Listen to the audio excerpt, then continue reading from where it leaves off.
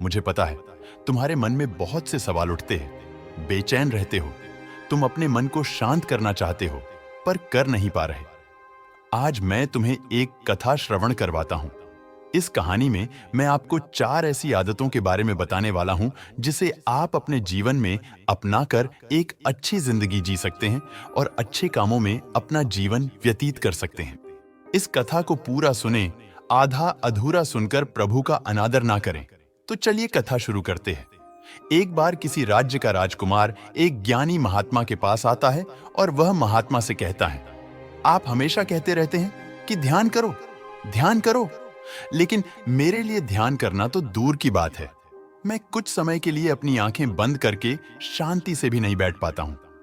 मेरा मन इतना बेचैन है कि यह हर समय कुछ ना कुछ सोचता रहता है। मैं जब भी ध्यान करने बैठता हूं तो मेरे अंदर विचारों का तूफान आने लगता है। लोगों के बारे में सोचकर, अपने जीवन की बीती घटनाओं के बारे में और अपने भविष्य के बारे में, और ऐसी ही ना जाने कितने सारे अजीबोगरीब विचार लगातार मेरे मन में आते रहते हैं। मैं इन्हें रोकने की बहुत कोशिश करता हूं, लेकिन जब मैं इन्हें रोकने में असफल हो जाता हूं तो मैं ध्यान को तोड़कर बैठ जाता हूं। कृपया आप मेरी इस समस्या का कोई समाधान बताएं।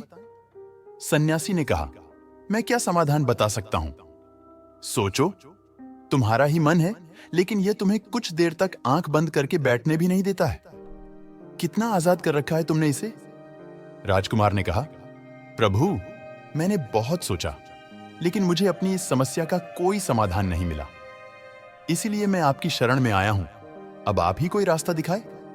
सन्यासी ने कहा, ठीक है, तुम ये 4 आदतें छोड़ दो और फिर तुम्हारा मन लगने लगेगा। राजकुमार पूरे ध्यान लगाकर उस महात्मा की बातें सुनने लगा। पहली आदत, दूसरों के मन को पढ़ना छोड़ दो। तुम और तुम्हारे जैसे ज्यादातर लोग यही गलती कर रहे हैं कि वो दूसरों की मन की बातों को पढ़ने का प्रयास कर रहे हैं कि अच्छा, सामने वाला मेरे बारे में ऐसा सोच रहा है, और यही एक आदत तुम्हें सबसे ज्यादा बेचैन और परेशान कर रही है।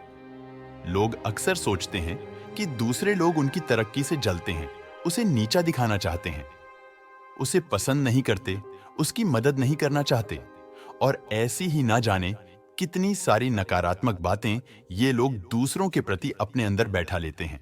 फिर उनके बारे में ही सोचते रहते हैं, उनसे बदला लेने के तरीके सोचते रहते हैं, उन्हें नीचा दिखाने के मौके ढूंढते रहते हैं, और दूसरों के प्रति यही नकारात्मक सोच इन्हें दुखी करती है, और फिर ये लोग बेचैनी महसूस करते हैं। इसलिए दूसरे लोग क्या सोच रहे हैं इसका अनुमान लगाना बंद करो। दूसरे लोगों के विचारों को पढ़ने की कोशिश करना बंद करो। अगर पढ़ना ही है तो खुद के विचारों को पढ़ना शुरू करो कि तुम्हारे अंदर क्या चल रहा है।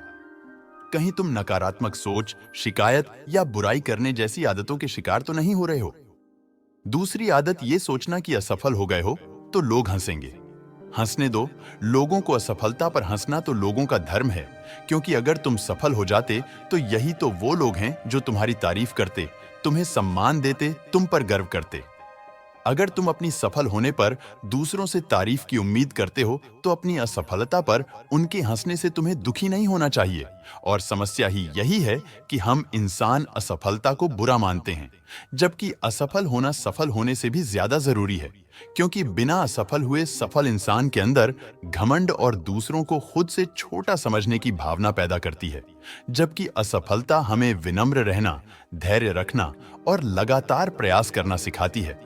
इसीलिए असफलता को बुरा मत समझो, और अगर तुम्हारे काम में असफल होने की संभावना नहीं है तो इसका अर्थ है कि तुमने अपना लक्ष्य अपनी क्षमताओं से छोटा बनाया है। और अगर लोग तुम पर हंस नहीं रहे, तुम्हें ताने नहीं मार रहे हैं, तुम्हारी बुराई नहीं कर रहे हैं, तो तुम अंदर से मरे हुए हो। तुम अपने मानसिक सीमाओं से बाहर जाकर कुछ नया करने का प्रयास नहीं कर रहे हो, क्योंकि असफल भी वही होता है जो कुछ नया करने का प्रयास करता है। और एक बात हमेशा याद रखना, अगर तुम्हारे अंदर असफल होने का साहस नहीं है तो तुम कभी भी बड़ा लक्ष्य हासिल नहीं कर सकते जो तुम करना चाहते हो। इसलिए असफल होने और लोगों के हंसने से डरना बंद कर दो। तीसरी आदत, समय को काटना छोड़ दो। लोगों को लगता है कि वो समय को काट रहे हैं, लेकिन असल में समय हर बार उन्हें काट रहा है। लोगों के द्वारा समय को व्यर्थ के कामों में बर्बाद करने का केवल एक ही कारण है, और वह यह है कि उन्हें लगता है कि उनके पास बहुत समय है, जबकि सच्चाई यह नहीं है, क्योंकि उनसे पहले वाले लोगों को भी यही लगता था कि उनके पास बहुत समय है। लेकिन उन्हें पता नहीं चल पाया कि कब समय बीत गया और उनका बुलावा आ गया, और जब तक उन्हें अपनी गलती का एहसास हुआ, तब तक समय उनके हाथ से निकल चुका था। बस पश्चाताप रह गया था कि सारा जीवन व्यर्थ के कामों में बर्बाद कर दिया, और फिर वो चले गए इस दुनिया से बिना खुद को जाने, बिना इस जीवन की सच्चाई को समझें। इसलिए जब तक यह जीवन है, इसे अच्छे कामों में लगाओ। खुद को जानने में, दूसरों की मदद करने में, लोगों को सही राह दिखाने में, मानवता के कल्याण में लगाओ।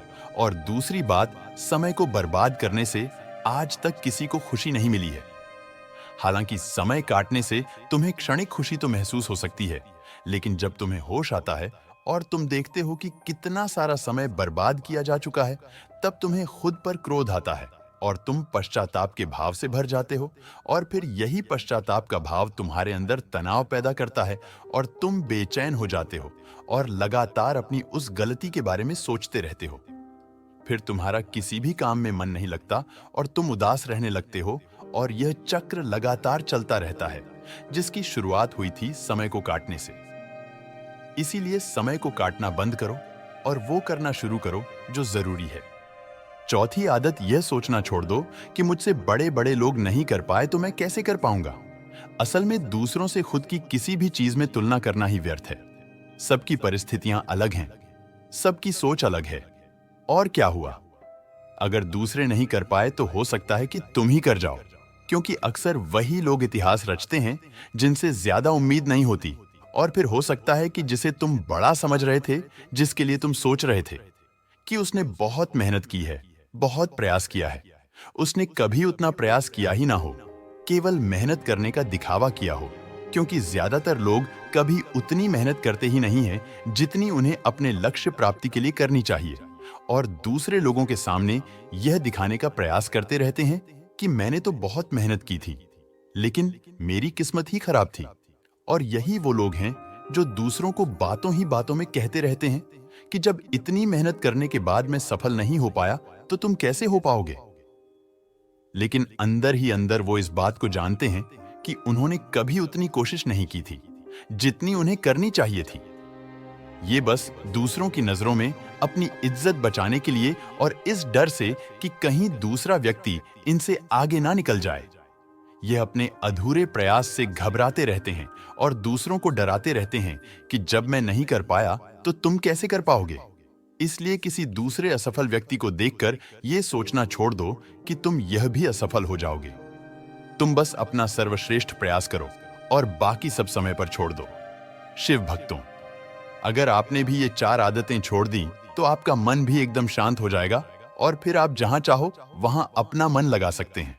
अगर आपको महादेव जी के ये विचार प्रभावित करते हैं तो कमेंट सेक्शन में अवश्य हर हर महादेव लिखें